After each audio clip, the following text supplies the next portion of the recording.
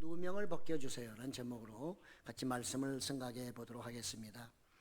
어느 칼럼에 보니까 오늘날의 현대인의 위기가 무엇인가 이런 말을 하면서 현대는 철저히 자기 중심이 되어버린 인간성으로 변모했지만 고독은 견딜 수가 없어 한다. 이것이 현대의 위기다 이렇게도 말하기도 합니다. 고독을 견디지 못하는 현대인들, 또 이 시대의 위기를 파악하고 극복하기 위해서 우리는 무엇을 해야 할 것인가. 막스 쉘러라는 사람은 현대인들이 자신이 위기에 처해 있다는 사실을 모르는 것, 그것이 위기다 이렇게 말하기도 했습니다. 사회심리학자인 에릭 프롬은 현대는 광기의 시대다 이렇게 말합니다. 중세인이 신경증적 광기를 갖고 있음에 비해 현대인은 정신분열증적 광기를 가지고 있다는 것이다. 이 정신분열증적 광기가 상당히 심화된 상태로서 현대인은 정상적 상태를 유지할 만큼 정서적으로 안정되어 있지 못하다는 것이다.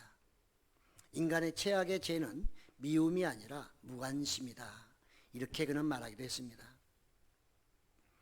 우리는 요즘에 참으로 뉴스를 보면 이해할 수 없는 일들이 너무나 많이 정말 일어나고 있습니다. 이것 또한 광기의 세상이기 때문이 아닐지 모르겠습니다.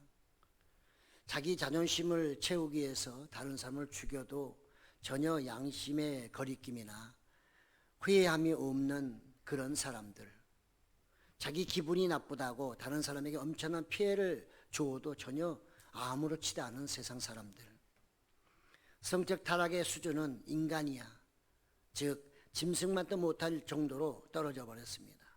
보이시피싱으로 사기당해서 시름에 젖어 있는 사람들, 갖가지 누명으로 고통을 당하고 있는 수많은 사람들이 지금도 울부짖고 있습니다. 갈수록 태산이라 하더니 문화의 발전만큼 다양한 범죄들로 사람보다 먼저 사람들을 두려워하는 그런 시대가 됐습니다. 공포 가운데 하루하루 지내고 있습니다. 옆에 있는 사람을 믿기보다는 의심부터 해야 하는 이런 시대에 우리가 살고 있습니다. 이런 총체적인 위기 앞에 우리 크리스찬은 과연 무엇을 해야 할 것인가 고민할 수밖에 없습니다. 우리의 고민은 다른 데 있는 것이 아니고 바로 이럴수록 기도하며 전능하신 하나님을 믿음으로밖에 살 수 없다는 것이 우리의 답이라는 것이죠. 그래서 시편 저자는 오늘 우리에게 권면합니다. 내 영혼아, 내가 어찌하여 낙심하며 어찌하여 내 속에서 불안해하는가. 너는 하나님께 소망을 두라. 그가 나타나 도우심으로 말미암아 내가 여전히 찬송하리로다. 시편 42편 5절의 말씀입니다. 그렇습니다. 이 각박한 세상에서 오직 우리는 하나님을 의지할 때 위로를 받고 소망을 얻으며 세상으로 나아가 여전히 살 수가 있는 것입니다. 오늘 읽은 본문은 짧지만 오늘은 정말 히브리 소년 요셉이 누명을 쓰고서 자기 누명을 풀어달라고 하는 그런 내용에 대한 것을 우리가 읽어봤습니다. 세상에는 온갖 난관을 극복하고 정말 성공한 사람들도 많이 있습니다. 하지만 죽을 고생만 하다가 이 땅에서 고생 그야말로 다른 사람이 겪지 못하는 그런 고생만 하다가 세상을 떠나버린 사람도 적지 않습니다. 성경은 그래서 하나님의 은혜 가운데 고난과 역경을 물리치고 성공한 사람들의 이야기를 많이 들려주는 것 같습니다. 힘든 세상을 살아가는 우리에게 위로하시는 하나님의 깊으신 은혜라 생각이 되어집니다. 그래서 예수님이 이 땅에 오셔서 불치병으로 희망도 소망도 없는 그런 절망 가운데 있는 사람들 찾아가셔서 그들을 깨끗하게 치료해 주심으로 그들이 위로받고 소망 가운데 세상을 새롭게 살아가도록 했던 것을 우리는 기억할 수 있습니다. 오늘 요셉의 이야기를 통해 우리는 어떻게 살아야 될 것인가, 나는 어떤 일을 겪고 있는지 생각하면서 우리 한번 말씀을 생각해 보기를 원합니다. 요셉이라는 사람, 참 그 가정은 복잡합니다. 아브라함, 이삭, 야곱이라고 하지만 야곱의 집에는 아내가 넷이나 있었습니다. 오늘날은 이해할 수 없으나 그 당시에는 그럴 가능성이 충분히 있던 시대죠. 그래서 정말 배다른 형제들로 가득 찼습니다. 12명 중에 10명이 배 다른 형제들, 요셉과는 배가 다른 형제. 자기의 어머니는 라헬이었고 자기 동생 베냐민 있지만 11번 12번째에 해당되는 아이들이었으니 그야말로 그 형제들 사이에서는 정말 힘을 쓸 수 없는 그런 아주 연약한 위치에 있었던 사람들입니다. 하나님은 어느 날 그에게, 이 요셉에게 꿈을 주셨죠. 한 번 아니 두 번씩이나 꿈을 꾸어서 그로 하여금 희망과 소망 가운데 나아가도록 하셨던 것입니다. 라헬이 죽어버렸기 때문에 일찍 베냐민을 낳다가 돌아오는 길에 죽었기 때문에 참으로 어찌 보면 그 12명의 자녀들 중에서는 이 요셉이나 베냐민은 참으로 불쌍하게 엄마의 사랑을 받지 못하고 계묘들 가운데에서 그는 살 수밖에 없었죠. 그렇기 때문에 야곱은 그 아들이 불쌍해서 아마 더 사랑을 베풀었을 것이고요. 그래서 요셉이 특별한 사랑을 많이 받게 됐던 것입니다. 그는 채색 옷을 입고 형제들과 뭔가 구별된, 형들은 날마다 나가서 양을 치지만 요셉은 그저 집에서 아버님 옆에서 맛있는 것도 얻어먹고 사랑도 많이 받아가면서 옷도 좀 구별된 그런 옷을 입었던 그런 아주 아들이었죠. 그에게는 하나님이 주신 그 꿈을 그가 어느 날 얘기하게 됩니다. 참 그가 좀 더 똑똑했더라면 그런 꿈을 얘기할 필요가 없었는데 하는 생각이 전 듭니다. 그렇지만 뭐 하나님이 또 말씀하라 하셨으니까 했겠죠. 그런 두 번의 꿈을 통해서 자기 형제들이나 부모가 다 자기에게 엎드려 절하는 것이다, 이런 날이 올 것이라는 그런 꿈을 그가 꾸게 됐습니다. 아버지는 그 꿈을 깊이 마음속에 새기고 있었으나 형제들에게는 이거는 그야말로 기분 나쁘기 그지없는 꿈이었죠. 그래서 그들이 우리가 네 앞에 절한단 말이야, 무릎을 꿇고 절한단 말이야 하면서 아주 기분 나빠하는, 그래서 시기와 질투와 미움이 그 형제들 간에는 싹트기 시작했던 거죠. 이런 요셉에게 어느 날 야곱이 심부름을 시킵니다. 왜냐하면 요셉만큼 아버지의 마음에 쏙 들게 답변해 주는 아들들이 없어요. 다른 아들들은 거짓말로 슬그머해서 양도 팔아먹고 몰래 뭐 이런 일도 있었지만 요셉은 그것도 하지 않지만 형들이 하는 모든 것들을 다 알고서 아버지한테 고자질하는 거죠. 아버지한테 고자질이지만 아버지한테 가장 좋은 정보원입니다.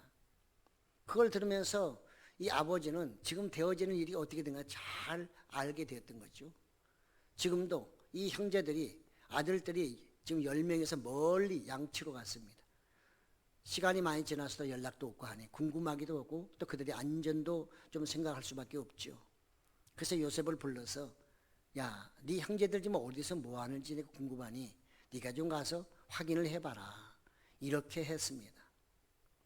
좀 똑똑한 아이 같으면 형제들이 자기 미워하는 거 모르겠어요.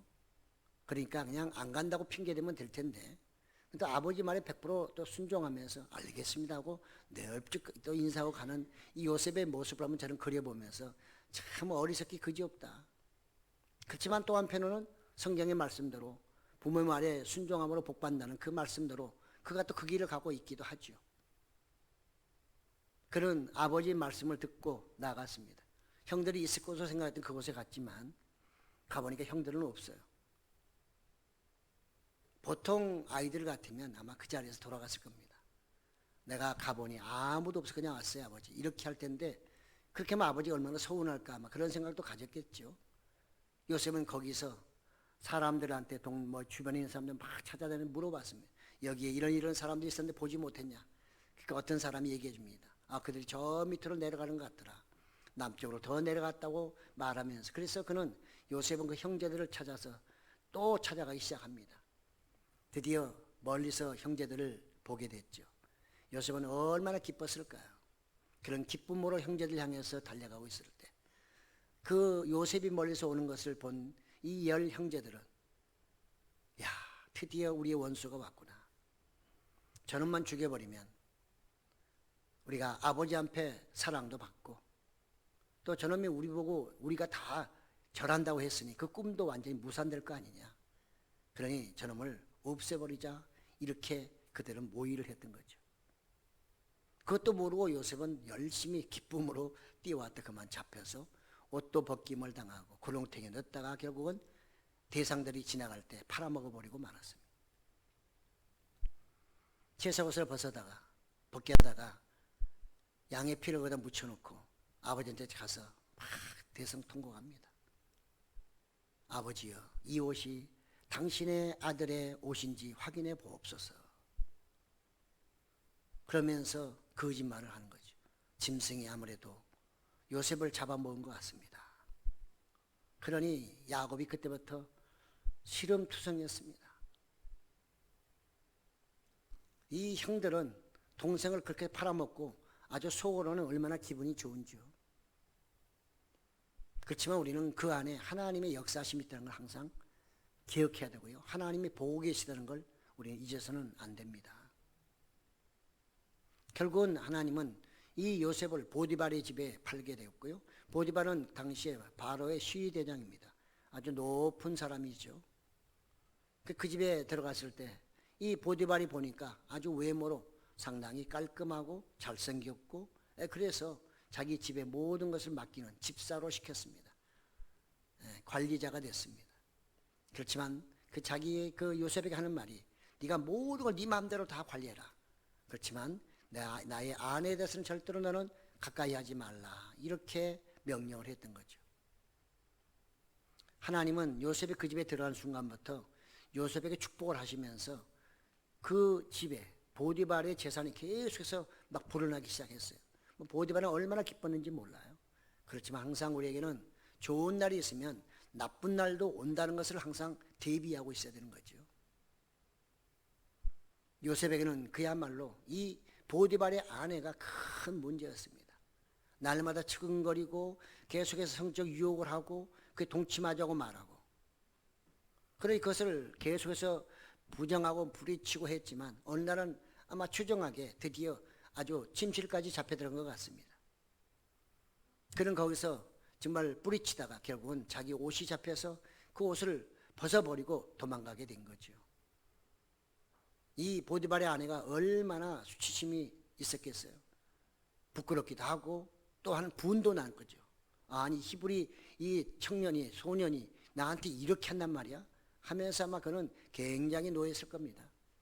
그래서 남편이 오자마자 그 옷을 갖다 들이대면서 당신이 사랑하는 그 종놈이 나를 겁탈하려 해서 내가 정말로 안간힘을 써가지고 피해서 결국 내가 그놈 도망갈 때 이 옷을 하나 내가 챙겼으니 당신이 어떻게 할 거야. 보디발이 아마 아내의 여러 가지 생각을 읽었을 것 같아요. 그러니까 그는 이 히브리 종을 그냥 죽일 수도 있거든요. 죽이지 않고 자기 집에 있는 감옥에다 그를 집어넣었어요. 그만큼 어찌 보면 이 보디발은 이 요셉에게 그래도 나름대로 은혜를 베푼 것입니다. 그냥 죽이지 않고 감옥에 넣은 그것은 상당히 은혜를 베풀었다고 생각할 수 있죠. 그러니까 이 은혜가 사람이 한 것이 아니라 하나님께서 그들의 마음을 그때그때만 움직였다는 사실을 우리는 잊어서는 안 되는 거죠. 그는 그 감옥에 들어갔을 때 또 간수장이 하나님이 은혜 주셨다. 그래서 이 정말 그가 들어가서 보니 그 당시에 술 관원장, 떡 관원장 바로의 아주 직위가 높은 궁의 사람들이 그 안에서 지금 옥살이 하고 있는 거예요. 왜냐? 바로에게 미움을 당해가지고 거기 들어와서 옥살이를 하고 있어요.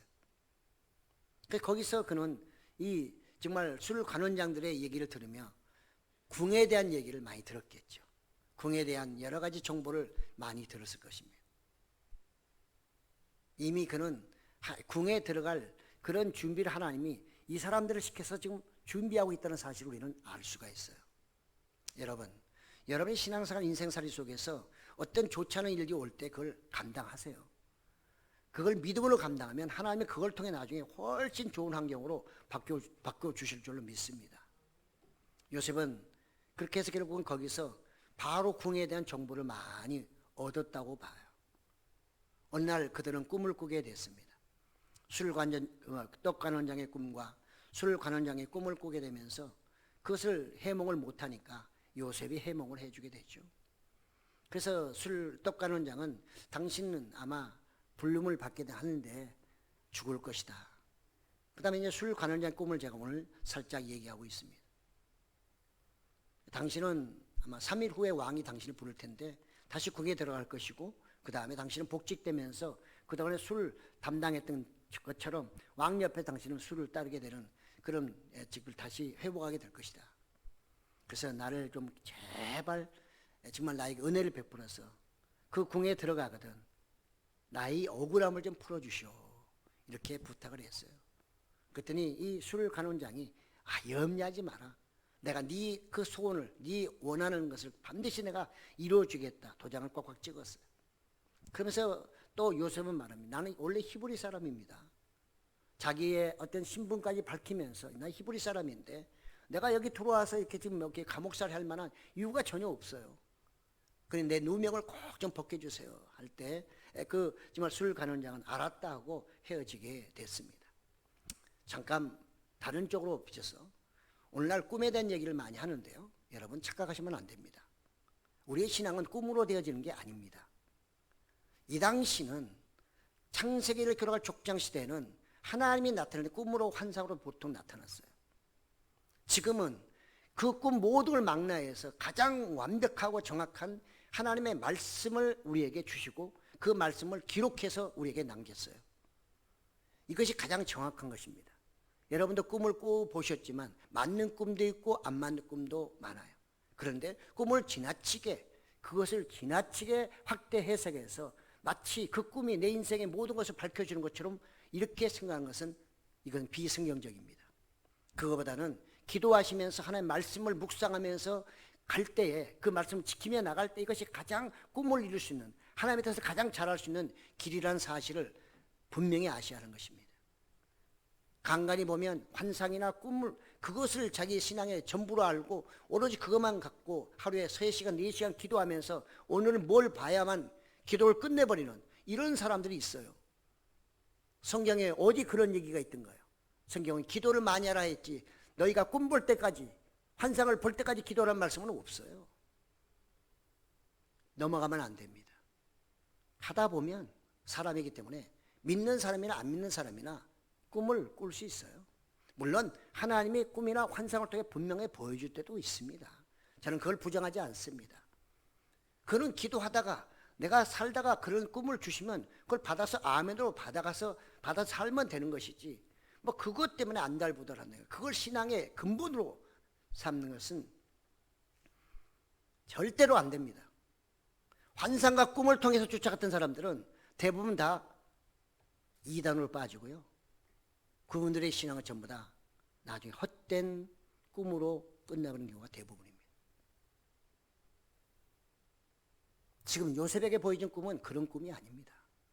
요셉에 있을 때는 기록할 볼펜도 종이도 없었을 때예요. 근데 그때는 아브라함에게도 누구에게는 하나님이 직접 나타나셔야만 그들이 하나님이 말씀한 걸 알 수 있었다는 말이죠. 지금 시대가 많이 바뀌었어요. 환경도 많이 바뀌었습니다. 혹시나 여러분 중에 여전히 꿈만 꾸고 꿈으로 모든 신앙생활을 하려고 한다면 빨리 수정하시기 바랍니다. 말씀으로 들어오세요. 이 모든 말씀은 하나님이 꿈으로 환상으로 보여줬던 그것에 대한 기록입니다. 비록 나에게 직접적으로 주지는 않았지만 우리 삶에 필요한 모든 걸 다 하나님이 66권 안에 넣어놓으신 거예요. 어쨌든 간에 요셉은 하나님께서 그에게 은혜를 주신 게 뭐냐? 꿈 해몽이었어요. 그 당시에는 꿈 해몽가가 가장 어찌 보면 인기 있는 직종이죠. 오늘날도 예언 잘해보세요. 오늘날도 점 잘 맞춰보세요. 남의 어떤 뭐 저걸 잘 맞춰 그러면 놀랍게 막 돈 벌고 막 난리가 나잖아요. 네, 그 당시는 얼마나 더 했겠어요? 하나님은 요셉에게 그런 꿈을 해몽할 수 있는 지혜를 주신 것입니다. 정말 요셉의 꿈대로 술 간원장과 떡 간원장은 3일 만에 궁에서 불렀고 결국은 들어갔을 때 떡 간원장은 사형을 당했습니다. 그리고 술 간원장은 그가 복직이 돼서 이제 거기서 열심히 정말 왕을 섬기는 그런 사람이 됐죠. 그러면 누구를 기억해야 될까요?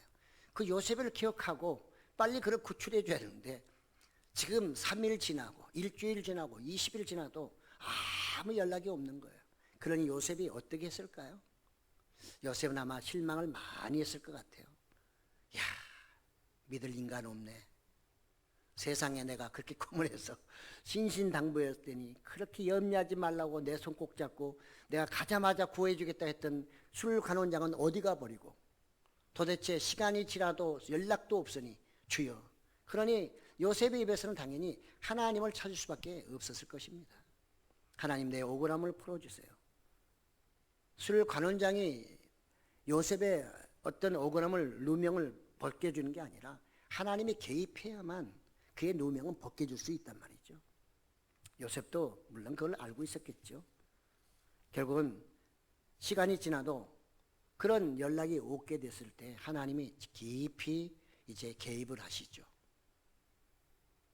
그래서 꼼짝도 안 하는, 다 완전히 깜깜하게 잊어버린 술관원장을 깨우는 게 아니라 하나님은 바로에게 꿈을 주신 거죠.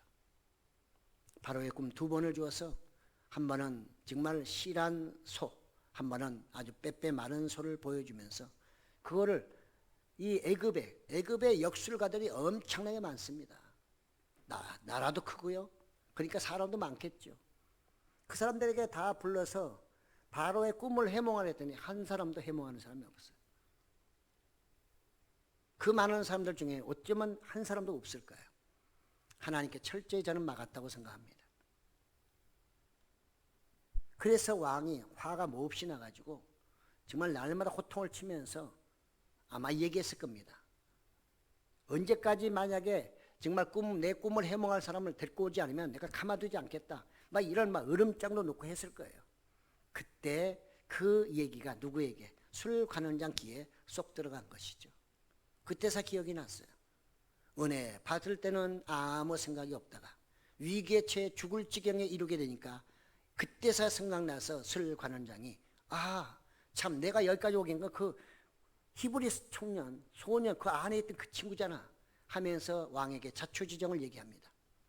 그때 왕이 그걸 듣고서 숨도 쉬지 않고 신하를 보내서 빨리 될 거라고 얘기하죠. 신하는 가서 그 감옥에 가서 요셉을 끄집어내고 그 다음에 수염도 깎아주고 목욕 재개하고 그 다음에 옷도 좀 멋있게 입고 왕 앞에 나오게 되죠. 왕이 41장 15절 16절에 보니까 왕이 요셉에게 하문합니다.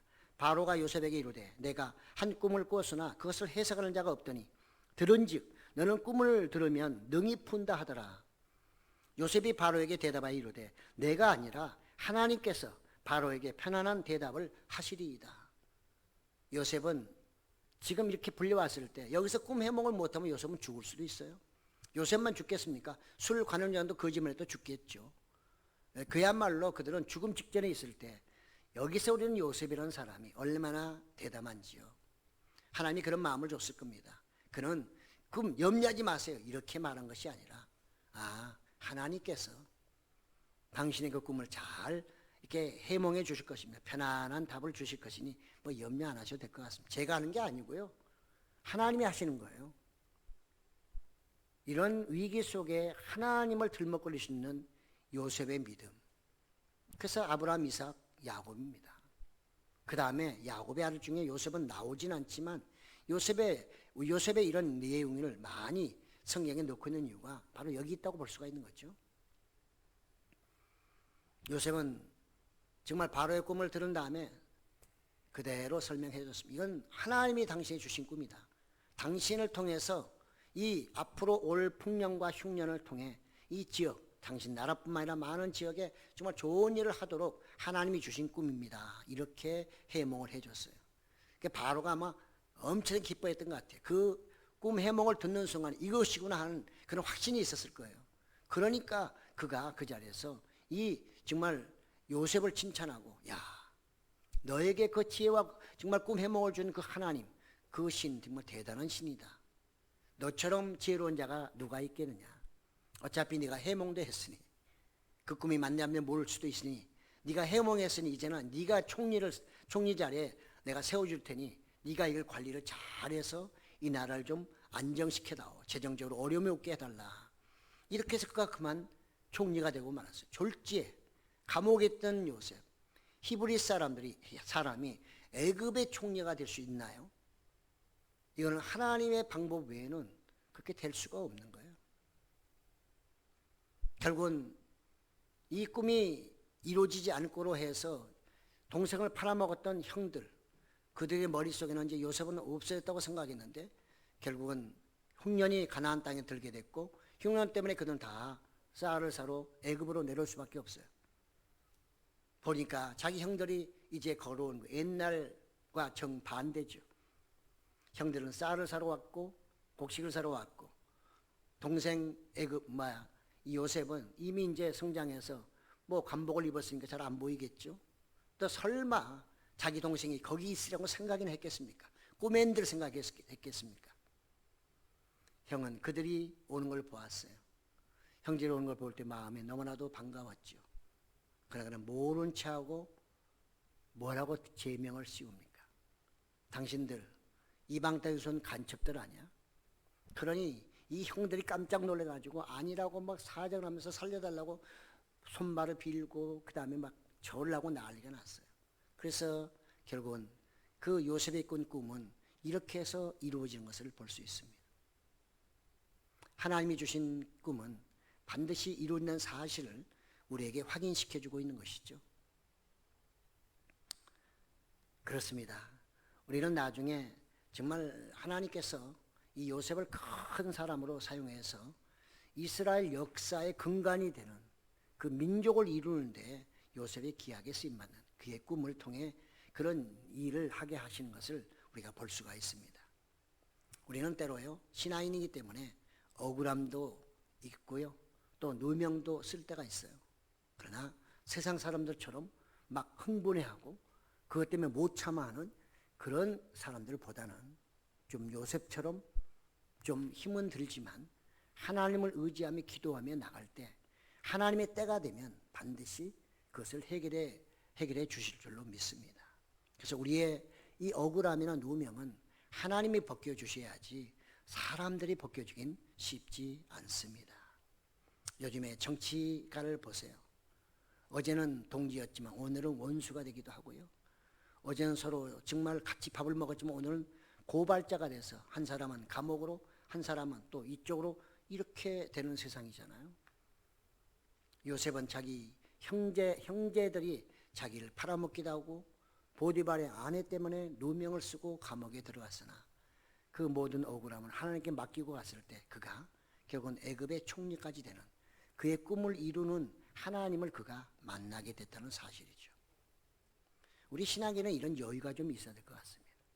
코로나19로 우리는 세상 사람들이 전부 다 정신이 없고 어떻게 살아야 하는지도 모르고 정말 이리저리 막 날뛸 때 오히려 우리는 이럴수록 하나님의 진리의 말씀을 붙잡고 좀 여유를 가지고 하나님께 기도하면서 나간다면 우리 하나님께서 우리의 기도를 들으시고 또 우리의 모든 소원도 이루어 주시면서 하나님의 뜻을 이루어갈 줄로 믿습니다. 저는 오늘 말씀을 통해서 몇 가지만 보려고 합니다. 첫째는 믿음 안에서 꿈을 가져야 합니다. 믿음이 없을 때는요 세상적인 자기 중심적인 그런 꿈을 많이 갖습니다. 내가 앞으로 대통령이 되거나 또는 정치가가 되거나 권력자, 재물, 재력가 그 다음에 뭐 사회적으로 유명한 사람 등등 많은 꿈을 갖습니다. 그런데 그 꿈을 가지고 뭐 할 것인가에 대한 궁극적인 목표가 없지요. 그렇지만 예수를 믿게 되면 똑같은 소원이라 할지라도 그 소원 다음에 우리에게는 목표가 있어요. 그 모든 걸 통해서 하나님께 영광을 돌려야 되겠다 하는 이런 새로운 어떤 목표, 꿈을 갖게 되는 것이죠. 그것이 다른 것입니다. 저는 그것을 소명이라고 말합니다. 누구든지 예수를 믿기 전에는 자기 마음대로 자기 원하는 대로 그런 세상을 살기를 원했으나 예수를 믿고 난 이후에는 그 꿈을 내가 이루어간다 할지라도 그것이 하나님이 나에게 주신 소명 가운데 그것을 이루고 그래서 하나님이 주신 소명을 이루어가는 것이 나의 소망이고 꿈이 되어야 하는 것이죠. 오늘날 기독인이 이런 희망과 또 나가서 꿈을 꾸지 않게 되면 우리 기독교는 미래가 없는 것입니다. 그럴 때 우리는 이 요셉이 꿈꿨던 것처럼 하나님이 우리에게 주시는 그 비전, 이 비전을 갖는 크리스찬이 먼저 되어야 될 줄로 믿습니다. 두 번째는 하나님이 주신 비전은 하나님께서 이루신다는 것입니다. 믿음 안에서 가지는 꿈은요, 결코 허황되거나 비현실적이지 않습니다. 요셉의 꿈이 형제들에게는 정말 말도 안 되는 꿈이라 비전이라 생각했지만 하나님은 그를 결국은 실행해서 그렇게 만들으셨습니다. 왜냐? 그것은 요셉을 통해 하나님의 큰 계획 속에 한 단계를 이루기 때문에 그런 것이요. 요셉을 위한 것이 아니라 요셉의 그 꿈을 통해서 하나님이 그 일을 이루시고 하나님의 나라를 위해서 그것을 세워야 하기 때문에 결국은 요셉의 꿈은 하나님을 위해서라도 반드시 이루어져야 하는 것입니다. 하나님이 우리에게 소명을 주셨다면 그 소명을 가지고 나갈 때 하나님은 그 소명을 반드시 이루어 주십니다. 왜? 그것을 이루어야만 바로 하나님의 뜻이 계획이 이루어지기 때문에 우리를 통해서 그 일을 하시고자 하는 하나님의 뜻이 이루어지기 때문에 그런 것이죠. 그렇기 때문에 하나님은 결코 소명자를 부르셨으면 그걸 이루도록 하시지 그걸 중단하거나 포기하지 않게 하신단 말이죠. 우리는 그런 믿음을 가지고 나가야 하는 것입니다. 하나님이 주시는 비전은 반드시 하나님이 이루신다. 내가 애쓰는 것이 아니라 나는 수고하고 애를 쓰지만 그것을 완성시키는 분은 누구냐? 바로 하나님이시라는 거죠. 요셉이 아무리 감옥에 갇히고 억울한 누명했다고 한다 할지라도 하나님이 그를 풀어서 애굽의 총리로 세워주지 아니하시면 그 모든 건 다 허사죠. 꿈도 허사일 뿐만 아니라 그의 삶 자체가 참으로 무의미한, 아니 너무나 고통스러운 그런 인생으로 마무리할 수밖에 없었단 말이죠. 그래서 우리는 하나님이 우리에게 주시는 이런 꿈은 하나님이 이루어 가신다. 그래서 참으로 아브라함과의 하나님이 약속하신 그 약속을 하나님이 이루시기 위해서 뭐 이삭도 사용하시고 야곱도 사용하시고 또 나아가 요셉도 하나님이 사용하고 계시는데 그것은 하나님이 반드시 이루어 가셔야 할 일들이라는 사실을 우리는 잊어서는 안 될 것입니다. 세 번째로는 우리의 꿈은 절망적인 상황으로 연단을 받습니다. 요셉에게 준 꿈이 두 번씩 됐지만 금방 하나님이 꿈을 주었다 해서 금방 이루어지지 않습니다. 어떤 분들은 하나님이 이런 꿈을 주고 이런 것을 보여주었으니까 금방 될지라고 생각할지 모르지만 아니요. 어떤 때는 그것이 10년도 가고요. 20년도 갈 수 있는 것입니다. 너무 때를 우리가 급하게 잡으면 실수할 수가 있기 때문에 그 때마저도 우리는 하나님께 맡기며 나가면 하나님이 보실 때 가장 적당한 때, 가장 알맞은 때에 그 모든 걸 이루어 가시는 사실을 우리는 꼭 믿어야 하는 것이죠. 그 꿈을 이루기 위해서 우리에게는 아무 고통도 없느냐? 아닙니다. 고난도 있고 고통도 있고 방해도 있고 여러 가지 장애물이 많이 있습니다. 그럼에도 불구하고 우리가 거기서 낙심하지 말아야 할 것은 하나님이 함께 하시기 때문에 그 함께 하심 속에서 그것은 전진하고 있는 것입니다. 꿈을 향해서 꿈을 이루기 위해서 계속해서 전진하고 있는 것이지 거기에 중단되어 있는 것이 아니란 말이죠. 요셉이 보디발 집에 팔려가고 감옥에 들어가고 다시 궁으로 돌아가는 그런 이동을 통해서 그의 꿈이 이루어지듯이 하나님도 우리에게 그런 갖가지 환난을 통해서 하나님을 더 깊이 알게 하시고 더 이상 하나님을 이제 불신하는 이런 마음이 없도록 확실하게 우리를 붙잡으신 다음에 이제 하나님의 뜻이 이루어지고 우리의 꿈이 이루어짐으로 그걸 통해서 하나님 나라가 확장되고 또 하나님도 영광을 받으시게 되는 거죠. 그렇기 때문에 창세기 39장 2절 모세는 말하죠. 이 요셉이 감옥으로 들어감에도 불구하고 그는 뭐라고 기록하고 있습니까? 하나님이 그와 함께 하심으로 그가 감옥에 들어갔음에도 불구하고 그가 형통하였더라. 이렇게 기록하고 있단 말이죠. 아니 감옥 들어간 게 뭐가 형통함입니까? 감옥 들어간 고통이죠. 실패죠. 좌절이죠. 그런데 성경은 그렇게 보지 않습니다. 사람들 눈에 볼 땐 그것이 좌절이고 고통이고 이제는 낭패라고 생각할지 모르지만 하나님이 보실 때는 그것은 계속해서 꿈을 점점 이루기 위해서 가까이 가고 있다고 하는 하나의 사실이라는 거죠. 이걸 모세는 보았다는 것입니다. 오늘날도 우리가 믿음을 갖고 있으면 하나님이 영이 함께하게 되면 그런 것이 눈에 보이기 때문에 인내할 수 있지만 그 믿음이 없으면 영성이 없게 되면 그런 걸 보지 못하고 단지 현실에 나타나는 것만 날마다 보기 때문에 그거에 따라서 희비가 엇갈리는 거죠. 조금 좋으면 좋았다가 조금만 나쁘면 막 뚝 떨어지는 그렇게 해가지고는 하나님의 뜻을 이루어가기도 어렵고 자기 꿈 이루기도 쉽지 않습니다. 요셉은 어떤 상황 속에서도 요동함이 없이 여전히 소망, 신랄 같은 소망이지만 그 소망을 붙잡고 그가 열심히 하나님을 섬기는 그의 모습을 우리가 발견할 수가 있는 것입니다. 사랑하는 성도 여러분, 과연 우리는 여러분들은 신앙인으로서 어떤 비전을 갖고 살아가시나요? 그냥 열심히 하나님 나 복 주세요, 이런 기도만 하시는지요? 아니면 하나님 나에게 이런 비전을 주셨으니 제가 그 비전을 이루기 위해서 저에게 물질도 주시고 건강도 주시고 뭐 기업도 축복하시고 이 모두 잘 되게 하옵소서. 이 모든 걸 통해 하나님이 저에게 주신 비전, 그 소명을 제가 감당하겠습니다 하는 이런 꿈을 갖고 계신지요? 그 꿈이 없다면 그것은 요셉이 갖고 있던 비전이 아닌 것입니다. 요셉에게 주신 그런 꿈도 아니고 하나님이 축복하신 요셉도 아닌 것입니다. 우리는 반드시 그리스도 안에서 새로운 꿈을 갖고 비전을 가지고 그것을 이루기 위해서 우리에게 이 땅에서 필요한 모든 것을 달라고 기도할 때 하나님 기뻐하시며 그 모든 일들을 그대로 이루어 주실 줄로 믿습니다. 우리 신앙생활 속에서 혹시라도 억울하거나 누명을 또 쓰고 있는 분이 계시다면 말씀 의지하면서 기도하면서 나가면 때가 되면 누명도 벗겨주시고요, 억울함도 여러분을 위로하시고 나아가 그 모든 걸 통해서 무엇으로? 여러분에게 복으로, 축복으로 연결시켜 주실 것입니다. 그런 믿음의 소유자가 꼭 되시기 바라고, 그런 여러분이 되시기를 예수님 이름으로 축복합니다.